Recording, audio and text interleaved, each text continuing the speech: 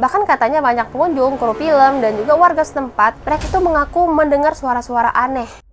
Hai semuanya, kembali lagi di channel ini, tempat dimana kita bakal ngebahas nih kisah-kisah misteri, horor, dan bahkan kriminal, dan juga kejadian-kejadian yang sangat sulit dijelaskan dengan logika. Seperti yang kalian lihat di judul, aku bakal ngebahas tentang salah satu kisah Manila Film Center. Nah, tahukah kalian guys, ada seorang mantan ibu negara yang terkenal memiliki ribuan sepatu mewah. Ribuan loh, bukan ratusan. Nah, ibu negara ini namanya Imelda Marcos, istri dari mantan presiden Filipina yaitu Ferdinand Marcos. Namun nih best, di balik kehidupan glamornya dia yang sangat-sangat glamor itu, Imelda Marcos ini terseret dalam salah satu kasus korupsi terbesar dalam sejarah Filipina kala itu. Bahkan setelah puluhan tahun berlalu, dia memang ditetapkan bersalah oleh pengadilan. Tapi endingnya, kalian harus tahu, endingnya itu kayak gitu kan. Nah, lalu gimana sih kasus ini bisa terjadi? Jadi kita masuk dulu ke kronologinya, dimana kita mundur dulu nih ke era 1970-an sampai 1980-an, dimana di tahun tersebut Ferdinand Marcos ini memimpin Filipina dengan kekuasaan yang sangat-sangat besar. Nah, sedangkan Imelda Marcos ataupun ibu negara ini tuh, dia tidak hanya berperan sebagai ibu negara, melainkan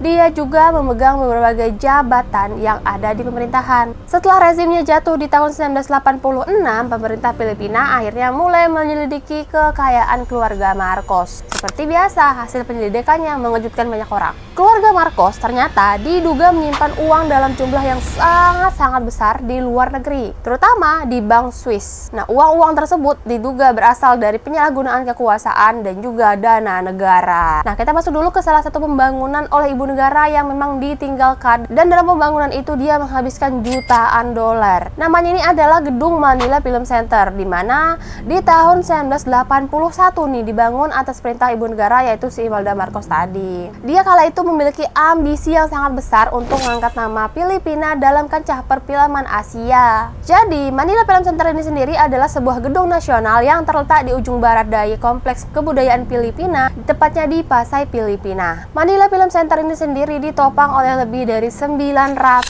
tiang yang mencapai batuan dasar sekitar 120 kaki di bawahnya. Nah, akhirnya gedung ini dibangun sebagai gedung utama untuk penyelenggaraan Festival Film Internasional Manila ataupun MIFF, yang dimana waktu itu bakal berlangsung dari tanggal 18 sampai 19 Januari tahun 1982. Kalian harus mengingat ini guys, dimana kan pembangunannya itu hanya berjarak 1 tahun. Pembangunannya itu dilaksanakan 1981, bakal rampung di Januari 1982. Tapi di balik kemegahan gedung tersebut nih bes, gedung ini menyimpan kisah kelam yang hingga kini masih menjadi kontroversi. Dimana 17 November tahun 1981 saat proses pembangunan gedung ini berlangsung, ternyata terjadi kecelakaan kerja yang sangat-sangat tragis. Sedikitnya ada 169 pekerja terjatuh ketika bagian struktur bangunan itu ambruk tiba-tiba. Bahkan sejumlah korban yang ada di sana itu dilaporkan terkubur hidup-hidup di bawah tumpahan semen yang sangat mengeras seketika. Nah, di mana peristiwa itu menjadi salah satu simbol sisi gelap dari pemerintahan Ferdinand Marcos dan juga ibu negara selama hampir 20 tahun berkuasa di Filipina. Gila ya, 20 tahun dia berkuasa, tapi wow, oh my god. Di saat Presiden Marcos ini menjabat, dia dikenal dengan tangan besi, di mana banyak lawan politik, aktivis, dan bahkan orang-orang yang mengkritik pemerintahannya itu ditangkap. Mereka dipenjara, dan gak hanya dipenjara, tetapi ada juga laporan bahwa mereka hilang bahkan sampai meninggal dunia. Nah, di mana pada masa itu tidak boleh ada yang mengkritik pekerjaan pemerintah, karena kalau mereka sampai mengkritik,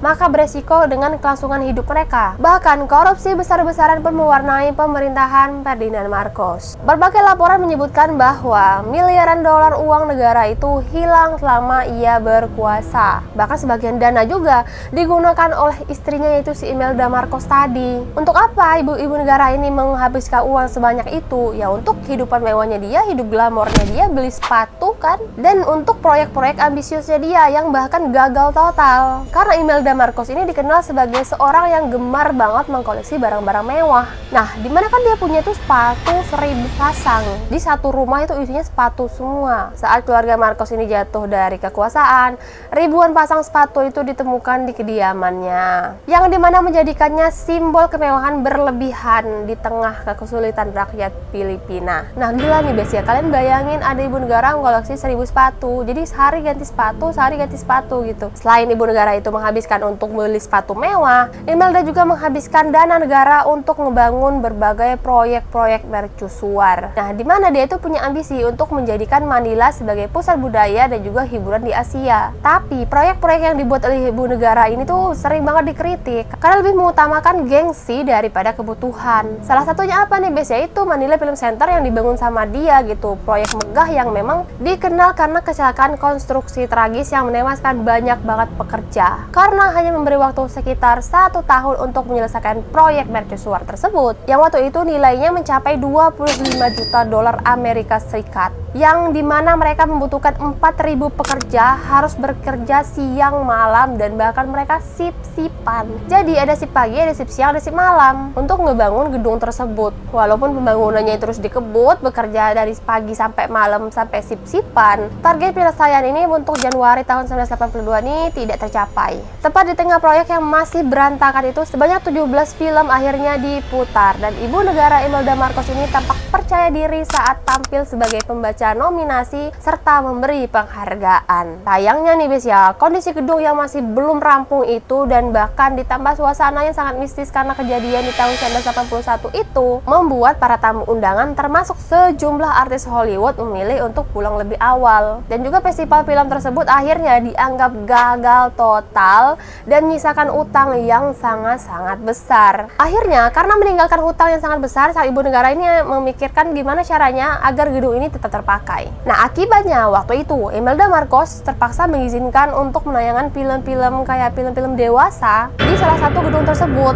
Tujuannya yaitu untuk membalik modal. Tetapi nih guys ya, walaupun gedung tersebut memang sering diputar untuk film-film dewasa, tetap saja uang modal untuk pembangunan Manila Film Center itu tidak bisa kembali. Namun akhirnya di tahun 1990 gedung ini ditinggalkan karena gempa besar yang melanda Filipina di tahun itu. Gedung ini sempat direhabilitasi oleh pemerintah dan digunakan untuk pertunjukan teater di tahun 2001 sampai 2009. Akhirnya gedung ini kembali ditinggalkan dan terbengkalai hingga saat ini. Nah, best tragedi yang menimpa para pekerja dan juga desas-desus yang mengenai jasad yang masih banyak terkubur di bawah lantai gedung ini dikenal sebagai bangunan paling angker di Filipina. Karena insiden tersebutlah ruang bioskop dan juga area sekitar gedung itu dipercaya memiliki energi negatif. Bahkan katanya banyak pengunjung, kru film, dan juga warga setempat, mereka itu mengaku mendengar suara-suara aneh, kayak rintihan minta tolong, langkah kaki, hingga suara tangisan di dalam gedung yang kosong. Ditambah lagi nih ya, kematian Betty Benitez, arsitek yang memang